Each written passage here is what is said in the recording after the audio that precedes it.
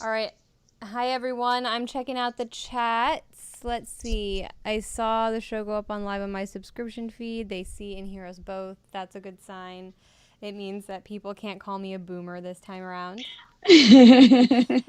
Uh, Thank you all for joining us today. I'm happy to do this show because I think it's important, but I'm very sad that we have to spend some time today remembering Kevin Zeese, someone who was really taken away from us way too early.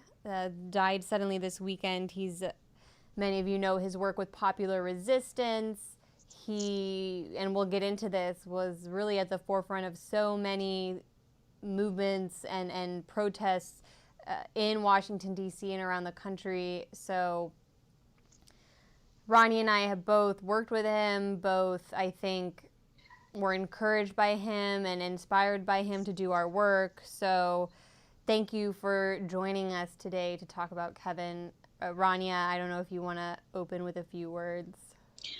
Kevin is one of the first people that I met in the DC area when I started to try to get involved in like journalism around anti-war stuff. That was like 10 years ago, maybe like 8 to 10 years ago.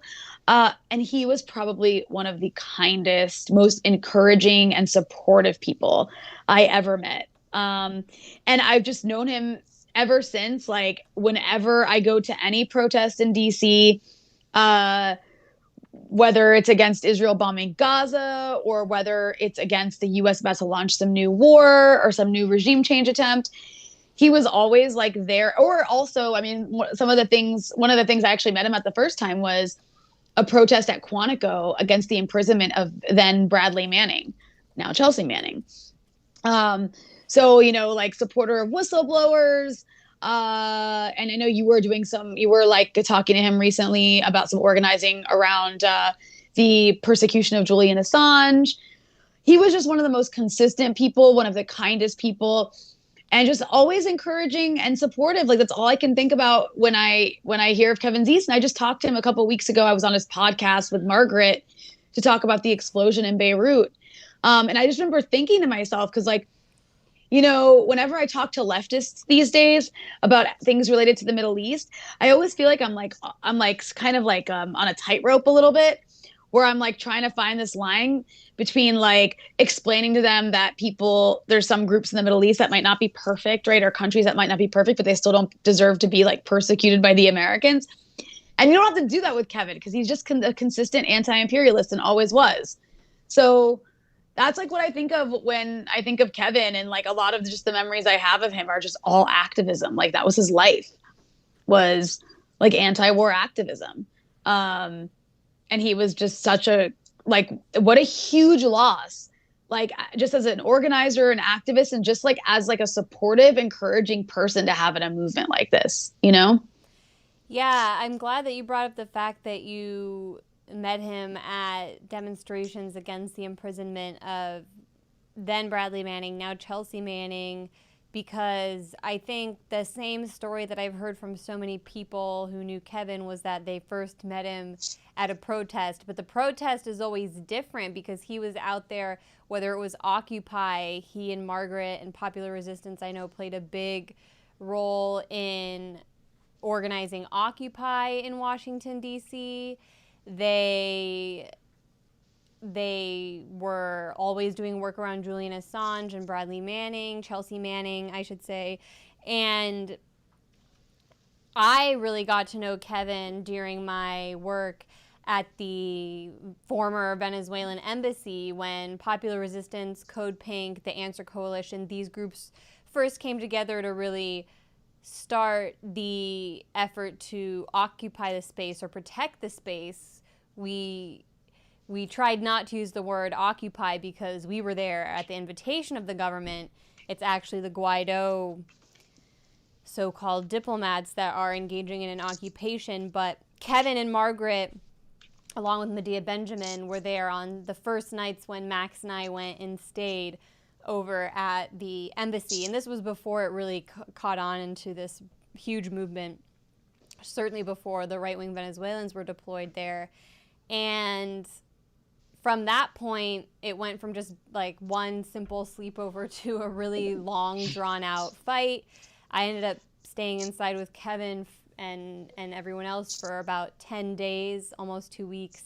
And Kevin, of course, we know stayed until the very end, was one of the final four, along with Margaret Flowers, David Paul, and Adrian Pine, who were the four who actually stayed to get arrested in the end. But I'm so fortunate for that time because I really got to see who Kevin was.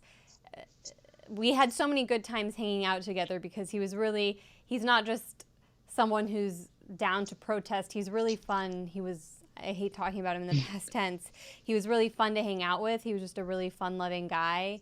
And he really cared. He had this electric personality that I think inspired and encouraged so many people to join the protest. And I agree with you, Rania, that one of the things that I appreciated the most about Kevin is that he was so consistent in his unconditional solidarity and support for, in that case, it was the Venezuelan people and the Venezuelan state that was under attack. He would always speak proudly of the fact that he'd gone to Venezuela, he'd observed elections there, he'd met with President Maduro, and he wasn't ashamed to say he didn't think it was a dictatorship. He didn't fall into this trap that so many progressive-minded people fall into, which is to offer their support for a cause while at the same time denouncing the state that they are there to just show solidarity with. And I really respected that about him because some of the other people involved, and this is very normal. This is just normal in the anti-war community. Some of the other people involved fell into that trap, and he would kind of counter them and be like, well, it's actually not some authoritarian dictatorship. Like, I've seen it, so it's not fair to just characterize it in that way. And so that's also speaks to the fact that he was consistently anti-war. He was against the war in Syria, Libya. He wasn't part of that wing of the movement that kind of got sidetracked on those issues or got them wrong, because he was just truly consistent. He really understood the world, and he was really good at explaining it to other people, I think. And so I'll always remember that, how he was really our glue on the inside of the embassy when we stayed. He was like the natural leader, and we all kind of looked to him for guidance. And during the nights when Max and some of his friends and allies organized food deliveries to the embassy, because of course these right-wing maniacs were surrounding us, trying to block all food and water from coming in after even having shut off our water.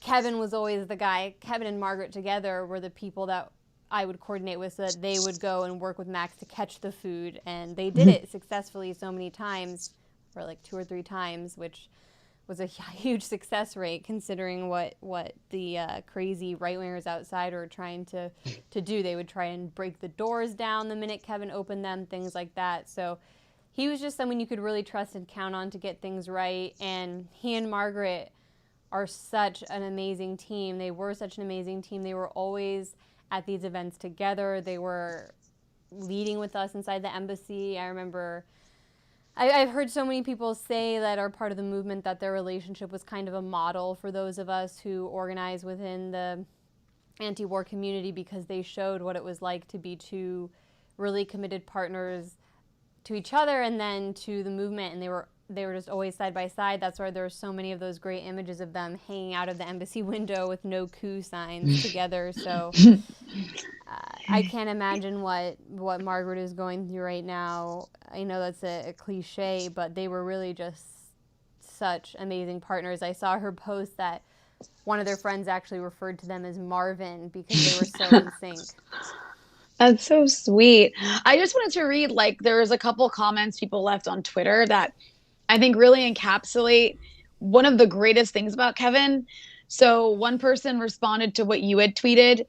I met Kevin once at a talk Dr. Flowers Margaret was giving on Medicare for All. I was just a baby lefty at the time, and after that talk, Kevin came over to compliment me on the question I asked and began earnestly asking me what I thought about CTFOG, which I can't think what that means right now, but doesn't matter. Really gave me the sense that my views mattered and that I could trust I was smart enough to have opinions in the world without deferring to lefty celebrities and such. He'll be greatly missed. And then another person said, on a personal note, I can say I met Kevin when I was in high school, and he was always supportive and encouraging of my work over the years. I got him to come speak to a group of 5 student anti-war activists. He thought that was worth his time. He later would encourage me to write. He was the first person to publish my work, and he would also encourage me to pitch to Counterpunch and Truth Out. This is Chip Gibbons. I read these just because, like, I think it's important when you have somebody who's like in a leadership role in a certain kind of like movement community that's like encouraging younger people to, you know, speak out and to use their voices, whether it means writing or, you know, getting a small group together. That stuff really makes a difference. It's how you end up with more anti-war people in journalism. And I can just relate to that because I was like a young journalist and I was like writing for like lefty outlets, and Kevin's one of the people that actually encouraged me to. He was like, you know, you're really smart. Like, you're really talented. You should write for this outlet. He might have even given me the name of like an editor or two. And so that's just really important to point out because like, that's like more than just being an activist. You know what I mean? Yeah.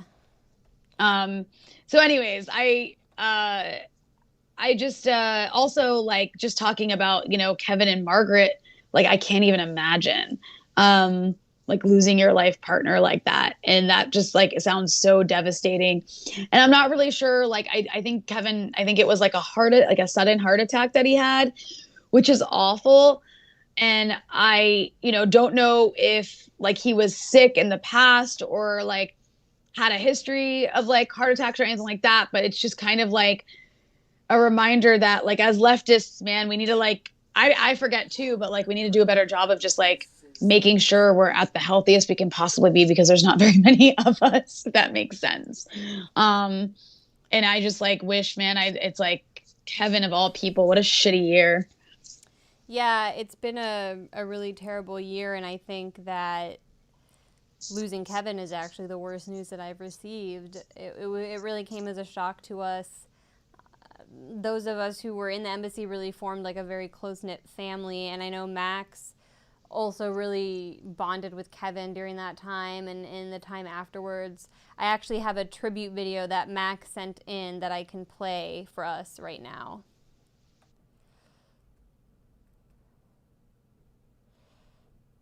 His name on bumper stickers around Tacoma Park, Maryland. Well, I've known about Kevin Zeese since just seeing his name on bumper stickers around Tacoma Park, Maryland. They said Zeese for peace. And he was, when, you know, those are relics of his days running for the U.S. Senate as an independent candidate, I think for the Green Party. He believed in independent politics, and he also believed in peace, something we don't hear a lot about in U.S. politics. And I got to know Kevin in the past few years. Kevin helped me get set up People in are saying the Nicaragua in 2018. video is really low. Ran a large sector of the U.S. left. They can't hear it, just FYI. Okay, we can fix that.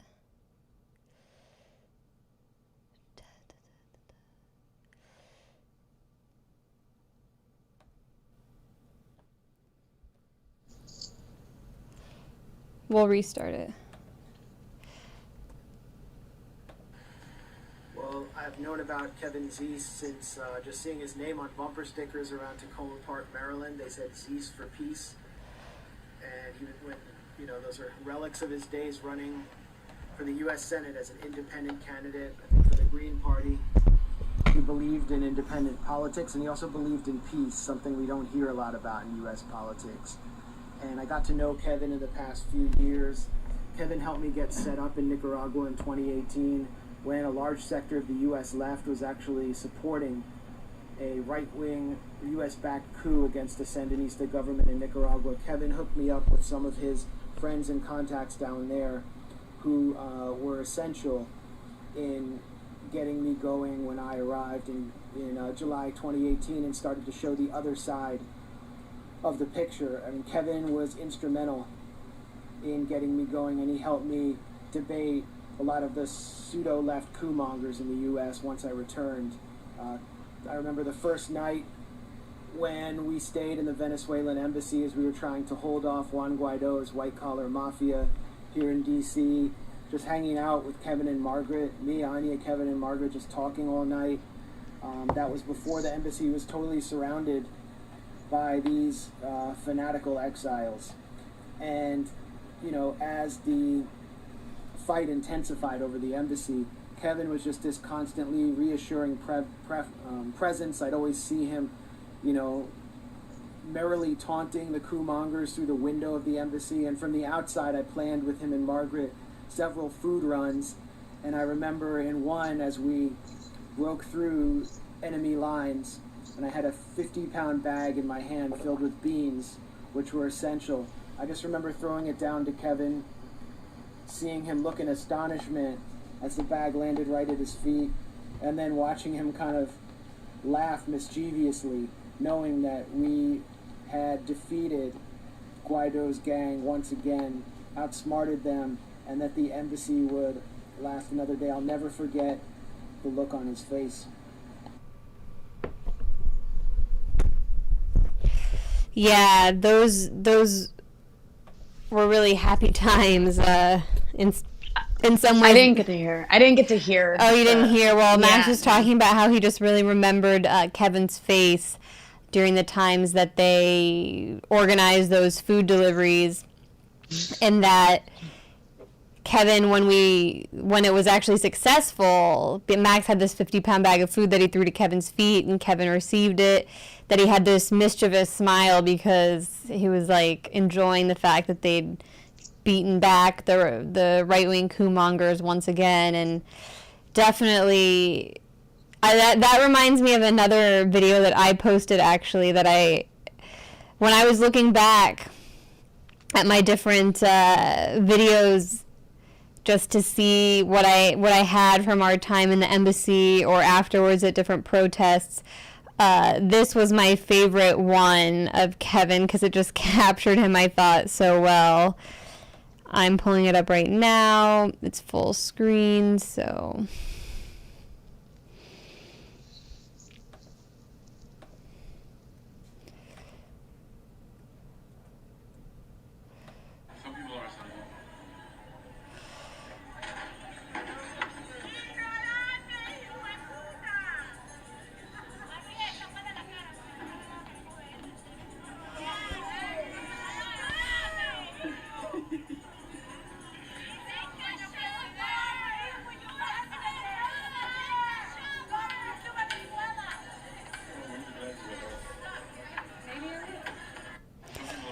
So, I don't know if people had seen that before. I think you probably saw it, Rania, because I posted it on Twitter, but we were sitting inside, and that was by the time we were all surrounded by crazy right-wingers, and Kevin, just to taunt them, he took this big poster of President Maduro and put it in the window and started shaking his fist. And they were all getting so upset. They were like, take a shower, because by then they'd cut off our water, so they thought it was like so funny to taunt us to take a shower. God, those people were like the worst people in the world. They were monsters. It was like there was a bunch of like gremlins just standing outside taunting you guys. And then they taunted anybody who walked by them on the street, including just like regular people who were just trying to like walk. They would just like scream the most vitriolic, terrible things at people. And so, yeah, that video is really satisfying to watch. Yeah, exactly. Because Kevin really loved taunting them. And I think the name that they came up for him, they'd always be like, Dear Leader Kevin, Dear Leader Kevin, because they kind of caught on to the fact that he was our leader and someone that we all look to on the inside. So I thought it was actually funny that they came up with that name for him, and I think he kind of wore it with pride. I think the last time I actually saw Kevin in person was at Max's birthday. In December? Yeah. Because Yep. I was he was there. Yeah, and he was with Margaret, of course, and he was actually talking about the trial, because he was they were the two of the people that were facing charges. for occupying the Yeah. embassy till the end. And yeah, they were just like, it's always like, it's like the personal was political for them in the truest sense. I saw Kevin get arrested so many times. Like, Yeah. I lost count, like, so many times. Anytime there was a protest. And it wasn't just war stuff, by the way. It wasn't just anti-war stuff. Like, you mentioned Occupy Wall Street. He was deeply involved with that. But, like, pretty much any progressive lefty cause, Kevin was, like, there. Prison reform. Like, anti-death penalty. Yeah. I think he got his start really organizing around weed legalization. That was something that was really, really important to him. And so, like, I just can't think of any figure that matches up to Kevin. Like, you can't replace that. You certainly can't replace all of the support and encouragement he gave to people. His role in organizing and his consistency on issues related to war. Yeah. Like, everything. Yeah. Everything. Civil liberties, Assange, obviously someone that he really cared for. And yeah, he was just speaking about trying to get a solidarity panel together for Assange, which I couldn't do because I was doing the panel that we did earlier today, Rania, about Palestine. But it's weird because you're making plans or talking to someone and you think like, oh, there will be other panels in the future. And it just, I think it reminds us all that we shouldn't take anyone for granted. And yeah, that there aren't many of us. And really, there's no one quite like Kevin.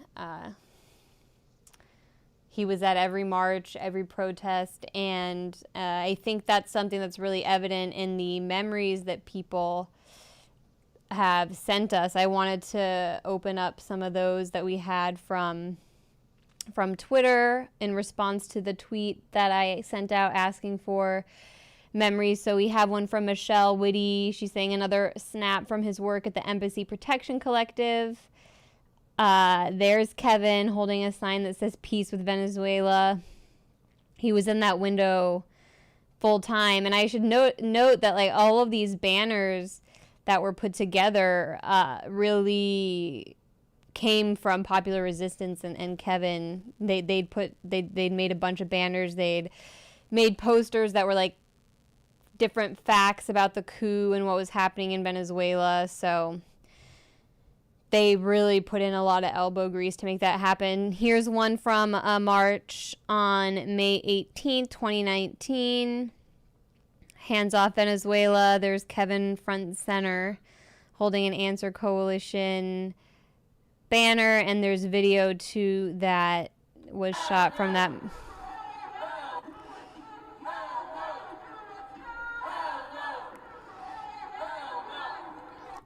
Here, there he is. Morgan sent in this photo they took of Kevin and I holding a Free Assange sign. Pretty, yeah, it's an epic one. Yeah, that one we got Pamela Anderson to retweet. So that was fun. That was like kind of a plan that we had to try and get more coverage around the Venezuela embassy. Someone else said, never had the privilege of meeting him. However, I was president of my local VFP, Veterans for Peace chapter, during the Venezuela embassy occupation by Kevin and others. They were so heroic. I followed it closely and called Secret Service to lodge complaints and asked them to follow international law.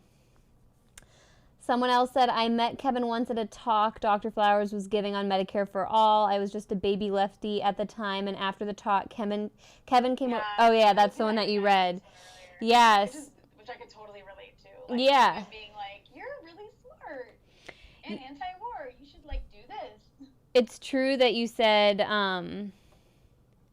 what you said about him really encouraging people, and I think Max kind of spoke to that when he noted that Kevin really even helped him on his first trip to Nicaragua. Kevin made that possible. Oops, I accidentally clicked this profile, but Chip Gibbons, he responded to our thread and said, on a personal note, I can say I met Kevin when I was in high school, and he was always supportive and encouraging of my work over the years. I got him to come speak to a group of 5 student anti-war activists. He thought that was worth his time. He later would encourage me to write. He was the first person to publish my work. Oh, you read that one too, didn't but you? It's worth hearing again, honestly, because Yeah. there's a lot of people that Kevin did that for. Yeah. Where he was like, a person like that is really important to have in this kind of movement. And honestly, like when it comes to anti-war stuff, it does feel like there is such a small circle of people that still do this work. It's not as big as it once was. I mean, I feel like no one even really pays attention to what the US is doing abroad. That's not to discount all of the activism that people are engaged in. It's just not the same as like 20 years ago where people were more active around like ending the Iraq war and stuff. Or I guess like 17, 16, 15 years ago. So Kevin was amazing. And sorry, go ahead. Well, we had another memory from Jacob that he sent us in DMs. Or not Jacob. A friend of ours who said... Oops! Was it like an anonymous? This person said, I met Kevin back in 2004 when I was campaigning for Nader. He was press secretary, of course. Ralph, Kevin, and I were in a car driving from D.C. to a campaign rally I'd organized at George Mason University. On the way, Kevin started asking me a bunch of questions about if other candidates had held rallies there. I mentioned that Kerry and Edwards had, and he said next time it happens, you might want to FOIA Mason and find out what they paid for it. Public universities are supposed to make political campaigns pay for these rallies like we've had to. They aren't supposed to be giving Democrats free publicity. Anyway, I decided to look into the Kerry and Edwards rallies, and sure enough, Mason had paid for just about everything illegally. I was part of student government at the time, so I got in touch with the FEC and IRS, put together a report, and pressured them into adopting new policies for making candidates pay for campaign stops. It was 100% Kevin who realized what was going on. And then he shared a picture of that time that he was with Kevin and Ralph Nader there. So that's another great story that I think speaks to the kind of person Kevin was. Yeah, and just like also 2004, like he's so freaking consistent. Yep. Like it's like anywhere you look where there's anti-war happenings taking place or anything leftist, like Kevin was there in this area. I know he did a lot of. I know he started doing work because I know he lived in Baltimore last few years, right? Like he didn't always live in Baltimore. I think they always lived in Maryland. Oh, for some reason I thought it was like more recent, but he also I think was like active in Baltimore. I mean, it's just like the Nova area, like Northern Virginia, Maryland, DC area. He was just like one of a kind, and I don't know, like how are you dealing with the fact like it's just really hard to hear someone amazing like passed away. Yeah. I know that seems to be happening a lot during COVID, but I actually don't know anyone personally. I know people who know people who passed away from COVID. But I don't know anyone personally who has, and this is just like this is the closest that anything's come to home for me in a while. And Sunday it was really difficult, especially for Max, because I think he felt like, well, I also really felt like Kevin was a mentor, but I think it took a minute for it to set in for Max, where it didn't with me. I kind of, it would be easier if we could be around each other, be around our friends who were all close with him, and Margaret, if she wanted that community support, because I think that always makes things easier. But just because of the nature of the pandemic, we can't really see anyone now. And I know there's a memorial that people can RSVP to, or RSVP for. It's on Facebook, and it will be held on Zoom. But I feel like Kevin deserves like a march in Washington, D.C. or something. Like it's not enough to just memorialize him online. Yeah, like you can't even have a freaking funeral for someone right now, like for everyone to attend. Like you have to do it. Yeah, he deserves way more than some like virtual remembrance, which is nice that we can have for him. I know there's something taking place on Sunday. But man, these times suck. Like you can't even just mourn someone together with your friends. Nope. I'm reading some of the comments to see what people are saying. Oh yeah, no Dakota Access Pipeline. That was another cause Kevin really organized around. I see somebody commenting, pointing that You out. can't even, like, there's so many. You can't even, Everything. like, it's like, Basically oh every- yeah, that too. Like, any cause, like, that was important. Kevin was there. Yep. Like, traveling to other countries, traveling around the country. Mm-hmm. That was like his life. That was his life, was just like activism. And it's not a glamorous life. No. Like, it's not easy. It's hard, and it's not like it pays big dividends or something. It's like you're doing it because you're passionate about it and you care about people. It's not like some money-making business. Despite what our like trolls like to think. Right. Yeah, we're all getting Maduro's gold, even though they can't send money or like to the U.S. The mullahs, yeah, exactly. Or we're all getting paid by the mullahs, or, you know, we're on Assad's like payroll, or Putin, or name any. Like, it's like, no, we do this kind of work because it's like, it's what drives us. It's like we eat, sleep, and breathe it. And Kevin was really somebody who showed what it meant to eat, sleep, and breathe the work. We actually have a tribute sent from a longtime friend of Kevin's, a little video that I want to play that I received today from a woman named Lisa Guest.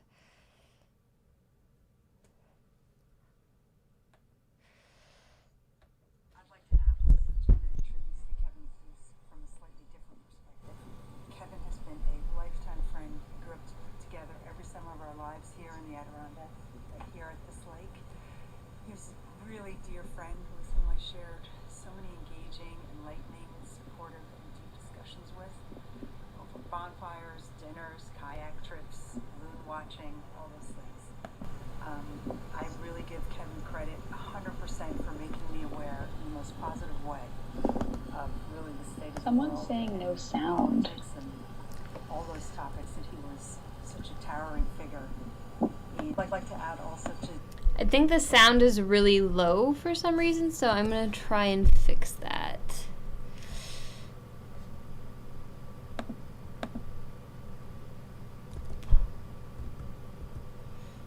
Oh, we hear it. It's very low. Sound is low. There's like 5 comments. Sound is very low. Thanks, guys. It's actually really helpful. Let's see if this helps. tributes to Kevin Zeese from a slightly different perspective. Kevin has been, I'd like to add also to the tributes to Kevin Zeese from a slightly different perspective. Kevin has been a lifetime friend. We grew up together every summer of our lives here in the Adirondacks, here at this lake.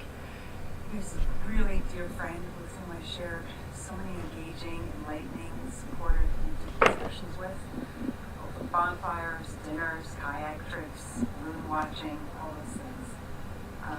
I really give Kevin credit 100% for making me aware in the most positive way of really the state of the world and politics and all those topics that he was such a towering figure in and about. He always spoke in the most positive and non-dictatorial way. I'm sure we all know that. And I was always really in deep admiration and support of his activism and his tireless work towards peace and justice. Every summer we catch up on all kinds of topics not related to that. Gardening, pets, our families, animals, art, all sorts of deep discussions. There's going to be a really big empty space now without Kevin. I'm going to really miss him. The summers won't be the same. And my heart goes out to his sister, his mom, and his partner. Rest in power, Kevin Zeese, release a guest. That was a longtime friend of Kevin's, Lisa Guest. She was speaking about spending time with Kevin every summer in the Adirondacks and how he spoke with her so much about his work and what was going on in the world and just how positive and encouraging he always was. And I think it's nice to hear from someone who knew him not only just through his political work, but in a personal way, and see how that translated, his political work translated into the personal, and how he was able to express his views and his work to people who knew him in a more personal sense. And she said there's really going to be a void now in her life, and that she would catch up with him about art and so many different things that were unrelated to politics. But Kevin, he just had a way of communicating with people. Yeah, it's sad. I wish I could actually hear what these people are saying, but it's just like really cool to see such an outpouring of memories about Kevin. Yeah. And that, like, how many people he's touched. And like, I almost wish like I should just like mute myself and turn up because I want to hear what people are saying. I can't hear the audio because I'm like, I have my computer muted so it doesn't play, but I'm totally going to mute for the next one. Well, we have a video sent by Lee Camp that I can pull up. Lee paid tribute, our friend Lee paid tribute to Kevin and his show. And I can share that with people as well.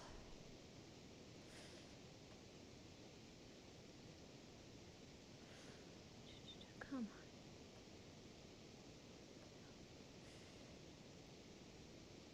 Oh, yeah, okay, here we go.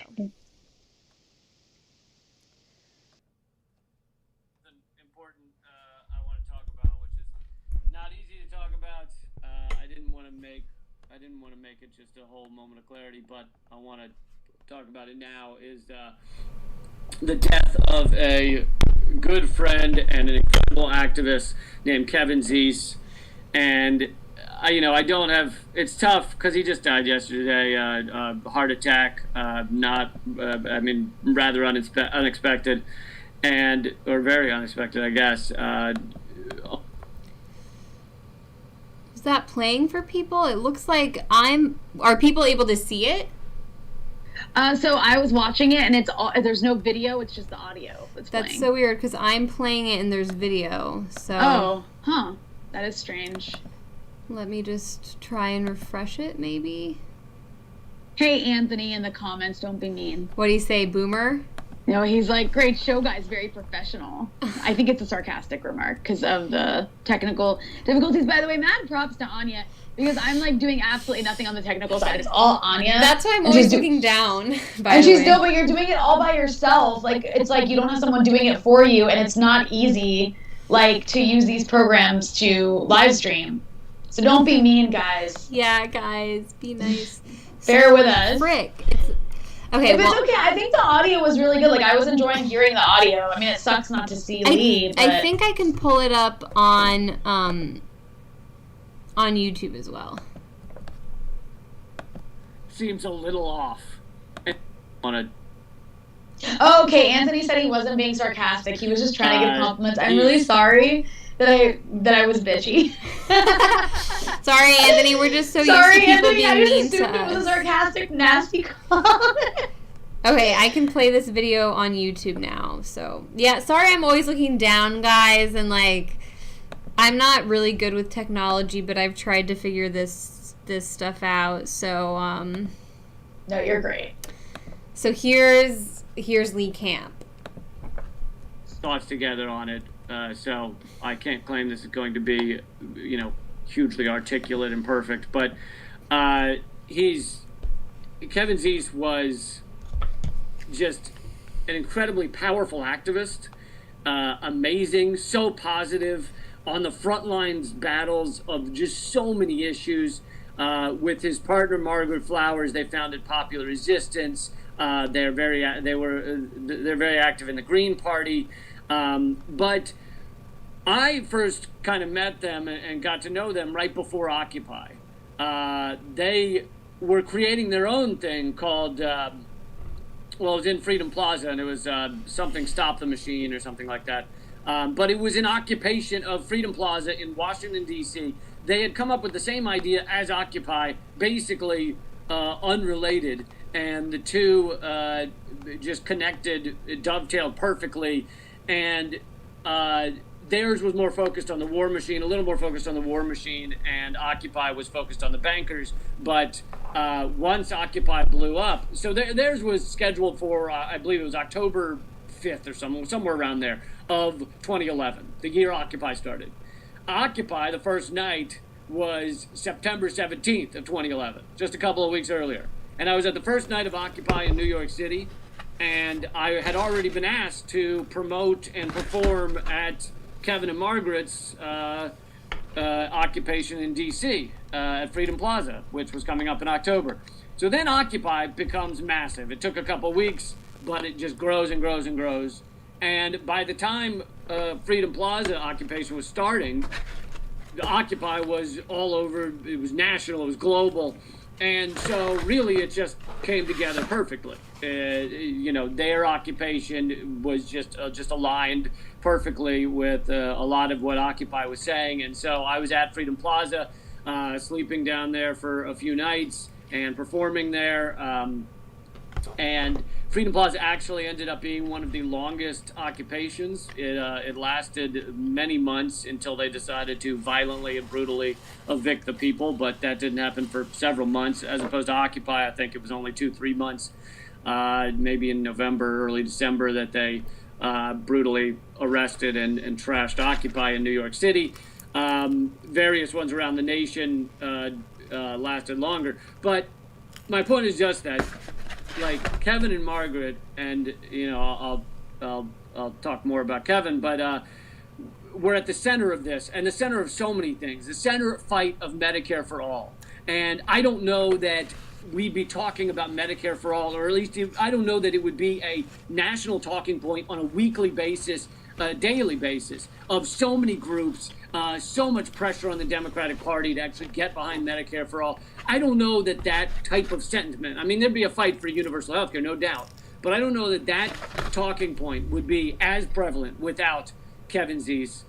They've been fighting for Medicare for all for so long. And the same goes for, I can almost say with certainty that we would not have pulled out of the TPP, the Trans-Pacific Partnership, without Kevin and Margaret's work. I mean, you can go back and read the articles. They were against these massive trade deals that are just a huge corporate giveaway. TPP was going to represent 40% of the world's economies, and the American people had nothing to say about it. We didn't get to see it. It was incredibly secretive. Many of you remember this. And it was during Obama. Obama helped craft it with his mainly lawyers. It was mainly corporate lawyers that crafted it, 13 nations. And ultimately, because the anger and the fury over TPP grew and grew and grew, it became a talking point for Donald Trump. Now, Donald Trump he didn't know what TPP was, right? Until he heard activists screaming about it. And so he hears that TPP is a thing, he hears Hillary supports it, and he hears Obama crafted it. So Trump, in his egotism and he's actually savvy politically, he realized the way to defeat Hillary and to hurt Obama's legacy is to go after TPP.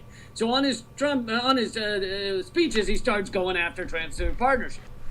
Now, when he gets into office, that means that A, it's good for his voters because he said he's going to pull out of TPP, and he gets to hurt something that Obama was working on. So second reason for Trump's ego to pull out of TPP. So Trump did that. Trump did not sign into Trans-Pacific Partnership.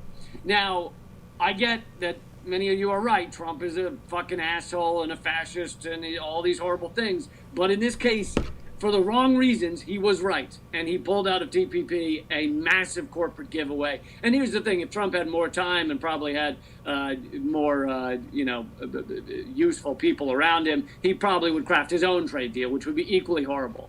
But the larger point is that without Kevin and Margaret creating this surge against the Trans-Pacific Partnership, I mean, I challenge you to find articles against it that were as clear-minded and dead set against it as early as Kevin and Margaret. I don't know the year, but it was, it's back around the same time as Occupy, when it was first announced that such a trade deal was going to exist.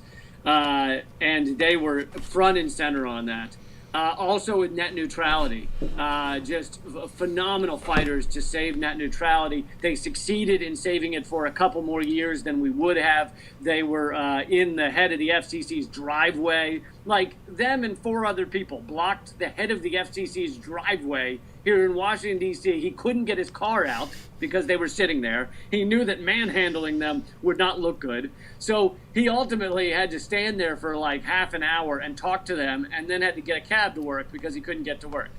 And it's a small act of resistance, of civil disobedience, of peaceful, nonviolent civil disobedience. But I don't think he would have protected net neutrality for the extra 2 years without that pressure. And ultimately, you get Ajit Pai in there a few years later, and he guts net neutrality. But still, this is, these are small wins but powerful wins. So we had net neutrality for 2 extra years, probably largely because of Kevin and Margaret. And Kevin Zeese was just, I know many of you didn't know him personally, but he was such a powerful voice for positivity in the world of activism.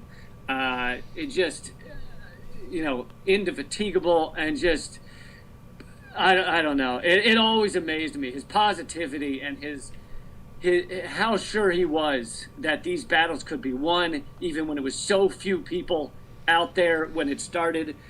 He and Kevin, I brought them pizza because they were camping outside the FCC, and when it started, it was the 2 of them. I think maybe they had 1 other person, but I think sleeping out there the first night, it was the 2 of them. And I went down there and brought them some pizza and stuff, and it's like 2 people sleeping outside the FCC. And you look at that and you think, how can this have any impact? How can this, you're going up against the most powerful forces in the nation and in the world. How can this have any impact? And yet they did, again and again and again.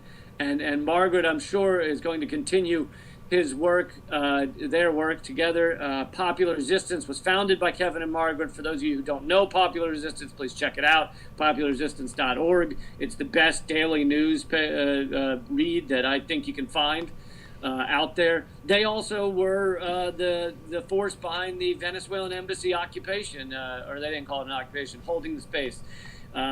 Because occupation sounds like they were in a place they weren't allowed to be, when in fact the Venezuelan government had invited them to be there.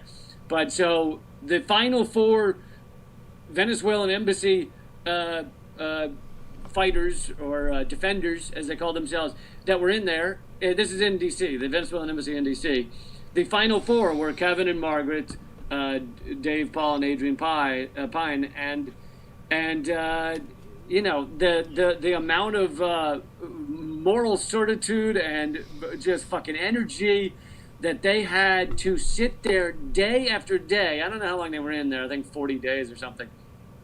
And they're in that. They cut off the electricity. The authorities did. They surrounded the place. You've got far right-wing kind of quasi-fascist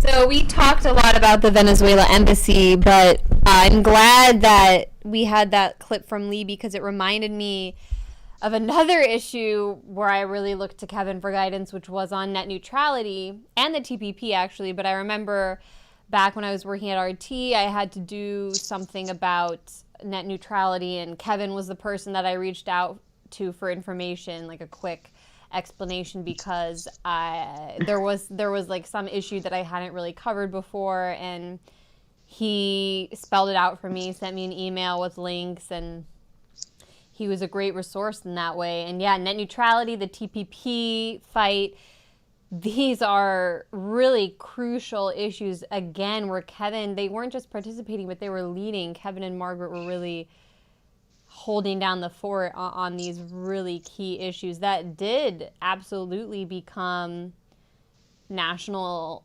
issues, election issues. And single-payer healthcare is another one. Margaret has done great work, and she'll continue to do great work on that. And Kevin was always there to support her. No, definitely. that was really like, I'm glad I actually got to hear someone at this time. That was really nice to hear. It's nice to hear like good memories, and I don't know, just to see like in a weird way, like hearing people talk about Kevin has, the whole COVID situation has felt so isolating. It's kind of like it makes you feel a little bit connected to people. And then also sad that like we've all been isolating from each other all this time. Like I spent all this time in the area during the initial months of coronavirus, and I didn't see anybody really. I didn't see Kevin, and I really wish I had. Yeah, normally we would have been at a protest or something together, definitely. 100%. And I'm sure Kevin was out there. I'm sure he was during the George Floyd anti-police brutality protest. He was. He was, because another friend of mine told me that just a few weeks ago he marched with Kevin all around the city. We were out of town, but there was a pretty big Black Lives Matter protest, and Kevin was out, of course, in the streets marching, and it was really hot. And also, like, Kevin, I think, is in his 60s. Yeah. And so like, it's like, yeah, like, it's like, you know, I mean, we know now. At the time I was scared to go to protests, right? Because I was like afraid of catching COVID, because we didn't know that like being outdoors was okay. It didn't spread as much. But so he didn't know that. He still went. Like, I'm sure he wore a mask, but he still went, because that's what's most important to him. And that's Kevin. Yep. We have another comment, this one from Ben Rubenstein, a friend of ours who was out at the embassy. He said, Kevin greeted me at the embassy with warmth immediately. He taught me so much in a short time, as I know he has for many other young activists. I wouldn't be who I am today if not for Kevin. His guidance during my trial from the embassy food deliveries was invaluable and gave me the confidence to continue fighting and not give into a plea deal. He inspired hundreds of young people who will someday shape the world in their image. Rest in power, Comrade Kevin Zeese, presente. So beautiful. Very cute, very sweet, and very true that Kevin did, I think, inspire that a very high number of people to get involved. And as you've said, Rania, and as a lot of the other commenters have said, he was just so encouraging to anyone who wanted to join the movement. Go ahead. Really messed up. Like, why is Henry Kissinger still alive? I know. You skipped for a minute, and it got really loud. Like, it got really loud and it was just fast. me yelling about why Henry Kissinger's still alive. Yeah. But, like, why is Henry Kissinger still alive? Like, why? I mean, I know it's, like, a silly question. But no, it's not. Why? No. Why is Dick Cheney still alive? I'm not going to lie. I had those same thoughts. I'm like, it's not fair that these people are alive and Kevin Zeese dies. Like, why? I just kept saying to Max, like, why did that have to happen? It doesn't make sense. No. It's like, it doesn't make sense. Sorry, I'm like throwing a temper tantrum. It's appropriate. Someone said, I'm just reading more comments. I want to make sure we get everybody's in. Someone said he's remembering Kevin Zeese supporting Julian Assange. Definitely. I think if there aren't any more comments that people have left on Twitter or... Oh, here's another one that I just got. I'm glad I checked. From the Bethesda African Cemetery Coalition. Yeah, did you see that? Yeah, you can read that, Rania. It says, Kevin was out there protesting with us this past Friday in Bethesda, Maryland. Here he is placing a flower for those buried at Moses Cemetery. And then there's like a photo of him last week placing a flower at the cemetery. Mm-hmm. Like, he's everywhere. Yeah, he was always involved. If you want to do one more quick scan to see if you've received any tweets. I am. I'm just also seeing if anybody, I don't want to miss a comment. Don't want to miss a comment, but I'm looking in the chat if you see on Twitter. But I think we have covered everybody's comments. If not, I'm sorry. We tried. There was a lot. This is your last chance to message us or tweet at us.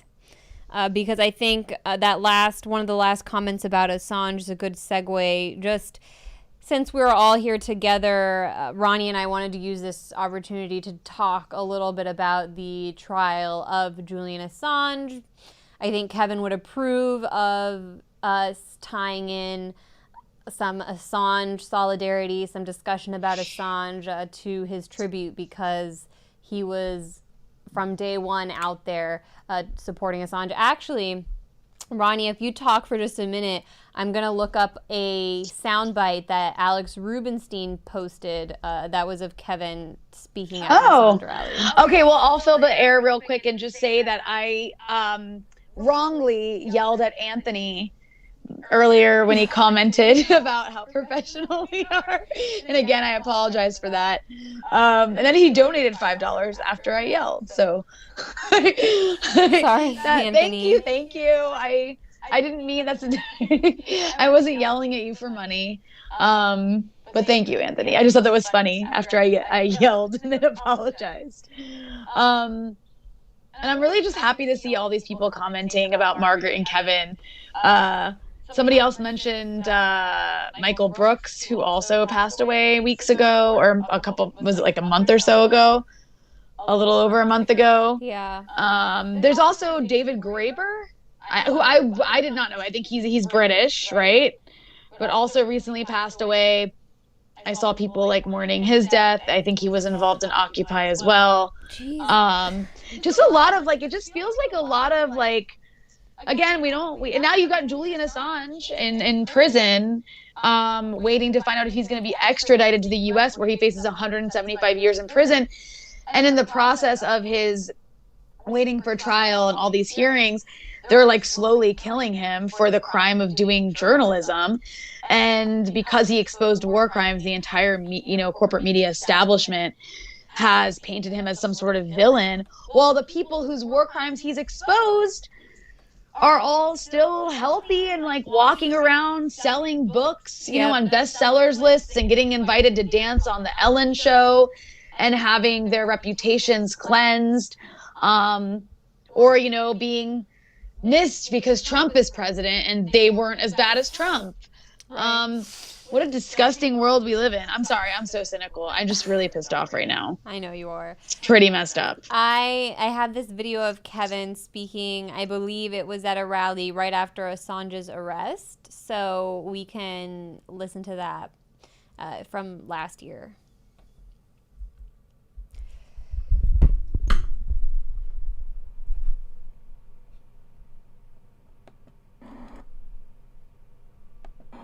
Hey, thanks all for coming out. My name's Kevin Zeese. I'm with Popular Resistance. I'm on the advisory board of the Courage Foundation. And I think this is the beginning of another phase of the defense of Julian Assange. Unfortunately, we knew this day was likely to come, but extradition is not guaranteed. People can organize and mobilize, and they're starting to do that very quickly. This is not the only protest happening today. On this first day of this extradition challenge, happening in New York, in San Francisco, in Berlin, and other cities around the world. This is going to become a global mobilization for justice for Julian Assange.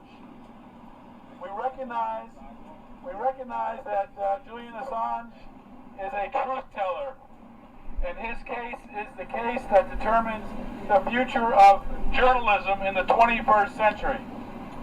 It's equivalent to the John Peter Zenger case, a case that occurred before the United States in the colonial era, when a publisher published the truth about a corrupt British governor. He told the truth and was arrested. In those days, telling the truth was not a defense. In those days, there was no First Amendment. As a result of that case, truth is a defense, and there is a First Amendment. And as a result of Julian's case, we're going to see a democratized media, a media that empowers the people, takes away power from the stranglehold of corporations, the half-dozen corporations that control 90% of the news. WikiLeaks has opened that up. They've allowed people who see crime to report crime. If you're in the government and you see illegal activity, you can anonymously report that illegal activity. If you're in a corporation and you see unethical or illegal behavior, you can report that behavior by providing documents that show the truth. And that's what they're afraid of. The truth is critical for a democracy to exist. If people don't know what's being done in our name, it's not a real democracy.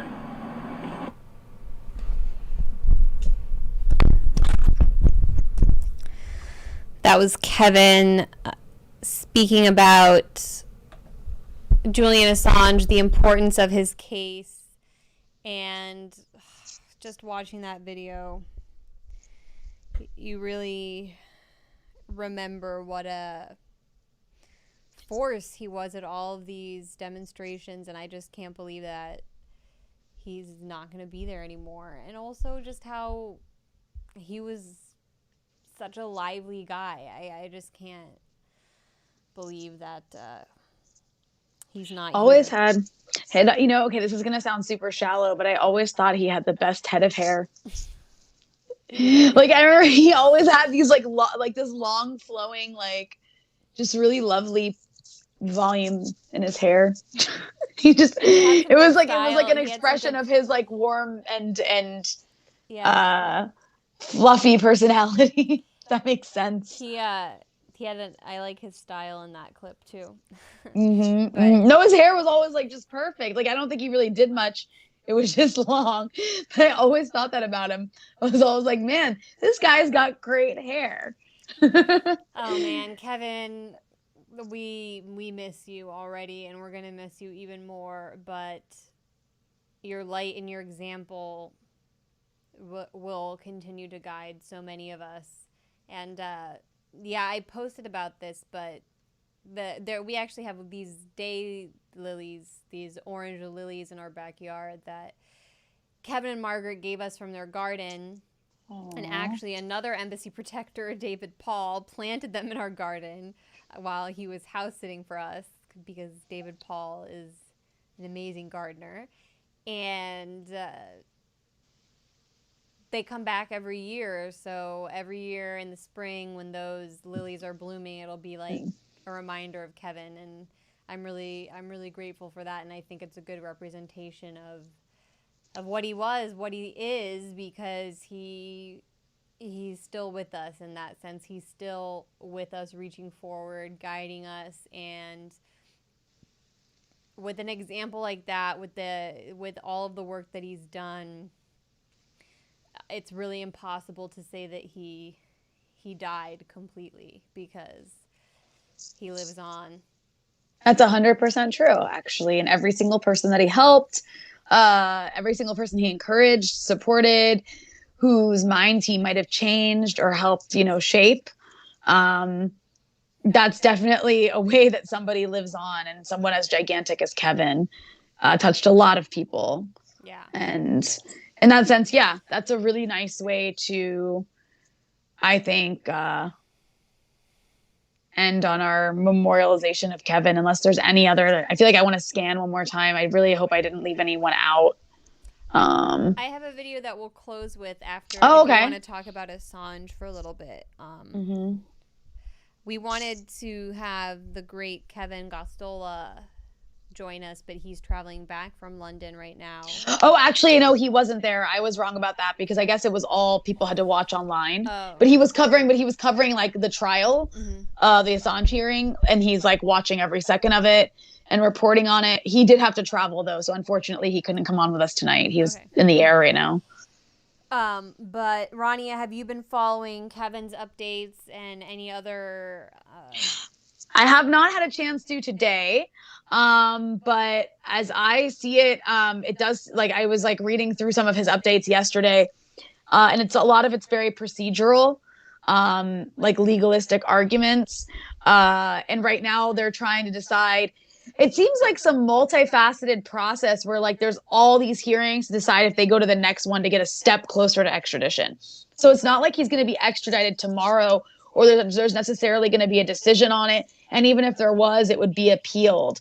But it's like just like part of like an ongoing process that I don't quite understand. I feel like it's complicated on purpose to make it hard to follow. But there is extreme bias against Assange in in the hearings, in the legal system in the UK right now, because the Tories are in charge, though I don't know if it would be much different if Labour was in charge, because at the end of the day, the British on both sides are like America's little bitches. But like if they do, I mean, they seem to be like heading towards ruling in the US's favor, which is really scary because at the end of the day, Julian Assange just did journalism, and they're extraditing him for like espionage, which doesn't make any sense in any way whatsoever, unless you are criminalizing journalism. So I just like don't understand the lack of outrage over this. I do, but I also don't, because like even if I hate Julian Assange, and even if I'm like some like liberal Russiagator who thinks that he was working on behalf of the Russians, which is like literally what they think because they're insane, I would at least recognize what he's being prosecuted for by the US amounts to journalism, amounts to what every single journalistic outlet does when it comes to reporting on leaks that are leaked to them. And all of these journalists who hate Trump so much are constantly reporting what people are leaking to them about Donald Trump from within his administration. So aren't they just aren't they just fucking themselves in the long run? Like, I don't know why they don't see it like that. I think they just trust that their journalism, although they're leaks, help people in power. And so the establishment, what some refer to as the deep state, won't pursue them. They only ever target individuals for publishing leaks that actually hurt the establishment and mainstream narrative we're getting from the government or from the corporate media. They don't actually target individuals who publish leaks that are actually doing the favor of those services. I'm trying to think of an example. What was the story that Josh Rogan published at the Washington Post where intelligence officials were saying that maybe the coronavirus leaked from a lab in Wuhan? Like, they're not going to go after Josh Rogan for that leak. No, they're not going to go after for that leak, but there are a lot of leaks about Trump. And like, aren't they just handing someone like Trump, not that they ever care about this, but aren't they ultimately handing someone like Trump the power to come after them? I mean, they are. Because I think they just don't think it'll ever happen. They don't think it'll ever happen to them, and they hate Assange. They blame him for Trump's election. They never forgave him for the fact that he didn't side with the Democratic Party and ruling elite and decide that Hillary Clinton was the lesser of two evils. And judging from what I've seen in Kevin's reporting, I also am following Juan Passarelli and Taylor Hudak at Activism Munich. Those are, and then of course there's John Pilger, Craig Murray. There are so many wonderful people that are working on this case, even though it should be covered by all the mainstream corporate press as well. But we unfortunately can't count on them for that. Looking at all of these reports, I'm just not confident that anything less than extradition will be the result we get from this court. I heard that Declassified UK, an alternative media outlet in the UK, was able to get access to Judge Vanessa Barrister's record and found that she's approved 98% of extradition cases that have come up before her. So that's not a good sign. And the way that she's treated Assange, the way Assange has been treated so far in court, I know yesterday the mainstream media, all they would, or I should say corporate media, the only thing they would talk about is the fact that Assange spoke up briefly in the courtroom to say that some of the testimony that was coming through was nonsense, and the judge got mad at him and said that she would kick him out of the courtroom, and he's kept away from his lawyers. He's kept in this glass box in the back of the room, which are meant for, I think, terror suspects or people facing terrorism charges. Which is also stupid, by the way, because if they're handcuffed, like what, they just like have the ability to constantly blow themselves up. Like that doesn't even make any sense. Spontaneously combust. Yeah. And he wasn't even allowed to meet with his lawyers until Monday for 6 months. It had been 6 months since he was able to meet with his legal defense team. And that's in spite of the fact that the U.S. government introduced new a new indictment, not necessarily new charges, but they just introduced new information to the case that is meant to help those who want to bring him to the United States, but then he wasn't even able to meet with his lawyers to strategize. Not to mention the fact that for years, when he was strategizing with his legal team, the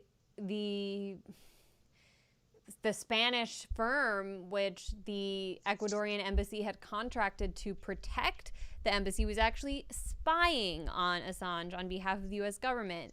They'd even tapped the ladies' room in the embassy because that's where they were ultimately having their legal defense meetings, and they put a microphone in there. I was interviewing Juan Passarelli, who's a journalist who's worked closely with WikiLeaks.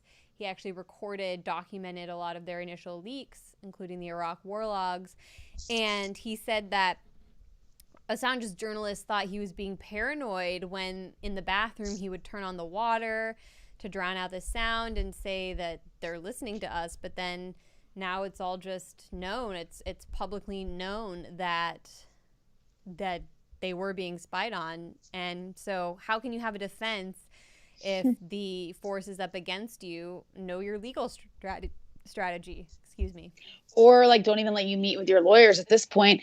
I mean, the other crazy thing is like these are the same people, part of the same group of countries that are constantly going after their adversaries for supposedly attacking dissidents. What are they doing to Julian Assange? Like, he exposed war crimes and he's on trial, and if he loses, he'll spend 2 very long lifetimes in prison. And they're slowly killing him, by the way. Yeah. Like, he's in very poor health right now, and they're not letting him have access to medical care. They've got him at some high security prison as though he's like a violent person or something. It's like completely political. He's being politically persecuted, and not a word from any of these countries. They're all on board as they scream about Alexei Navalny. Yeah. Like, it's like the hypocrisy is incredible, but they don't care. And I mean, the reason they're going after this guy is obviously because of what he leaked or what he helped leak. He was published. That's the thing. He published. Yeah, he did it was journalism. And of course, people try to argue that it's not journalism because he didn't sift through it and run it by the CIA first. Right. That's literally the argument. When we know, like, of course, like, you know, nobody ever was hurt because of these leaks. They always tried to make the argument that, oh my God, you're going to put our assets in danger. In fact, like, quite the opposite. No one was ever hurt. And like a lot of media outlets, big corporate media outlets, won awards because of WikiLeaks, because of what Julian Assange did. And they're happy to take those awards and the prestige that comes with them, while also trashing the person who's like taking the bullet for all of those awards. Literally. I mean, it's disgusting. It's disgusting. They're slowly killing this guy for being a truth teller and exposing the truth after they tried to like get him on rape charges that didn't stick. And now it's just purely political and nobody gives a shit. Like, it's disgusting. It's absolutely disgusting. And it's like, we're completely delusional. Anyone who thinks we live in some sort of free society is completely delusional, because look at Julian Assange. Yeah.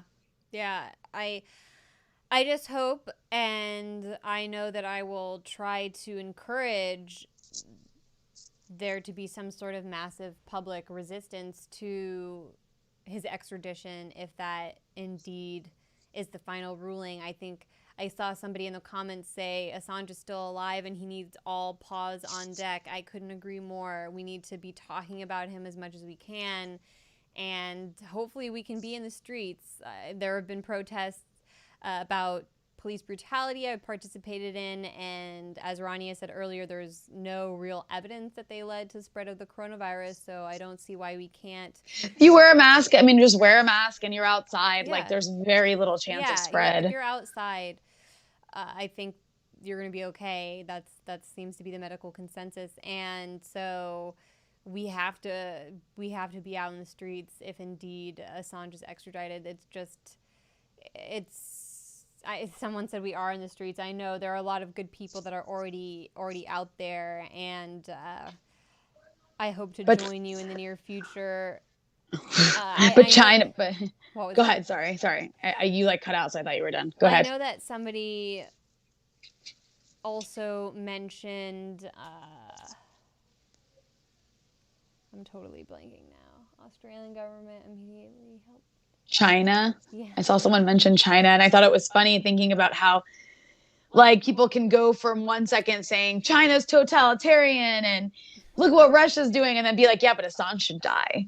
Right. Like, the same freaking person will have those two thoughts I was at the going same to say time. that people who've seen Assange in recent months and saw him in court recently said that he's lost a lot of weight.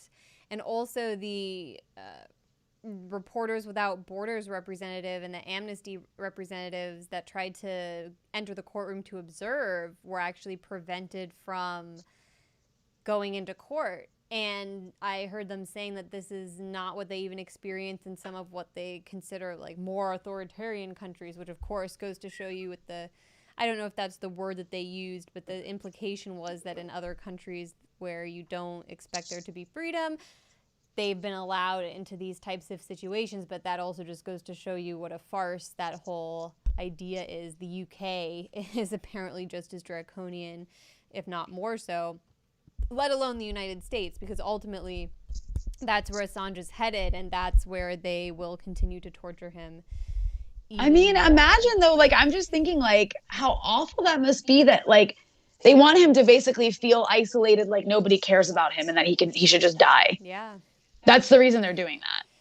Yeah. Like, imagine how scary that must be. You have the full force of the US and UK governments stacked against you. Your government's not going to help you. No one's going to help you. Even the government you were relying on for some level of protection for a number of years as you went crazy hiding out in their embassy isn't, like, stopped protecting you.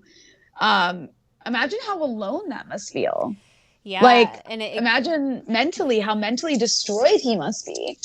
I would probably, if I was in that situation, I thought the world had given up on me and my future was just like isolation and permanent punishment, I'd want to die. Well, fortunately, I think he was able to meet with his partner, Stella Morris, and their children a few days ago. And she seems to be his link to the outside world, who I think can at least communicate to him how many people do care about him. I also heard that was the first time he was given a mask since the outbreak of coronavirus was when he went to meet with his children, but he was not allowed to hug them or have any physical contact with his family. So that's just obviously part of a campaign to destroy his mental state. I think it's very clear that's what's been going on, and that's why the UN Special Rapporteur on Torture characterized what was happening to him as cruel and unusual punishment and torture. So we'll wait and see what happens with this trial, but it's not the last time that we're going to be discussing it. And stay tuned, because I think we're really going to need to show our energy in the streets if this extradition comes through.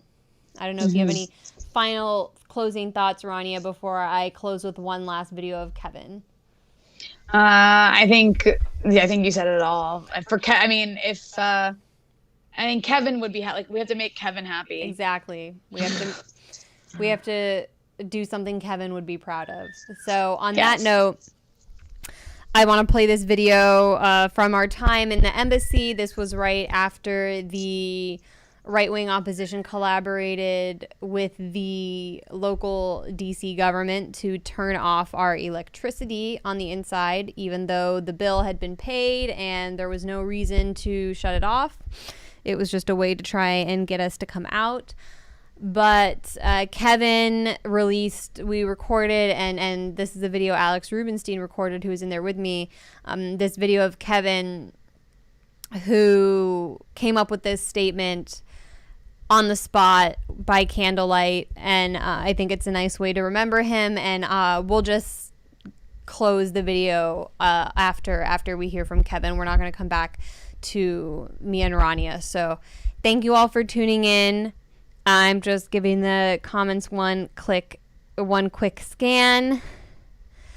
I know all of you appreciate the work Kevin did, so thank you for coming on and remembering him with us. And on that note, I'm going to get this set up to play something from Kevin.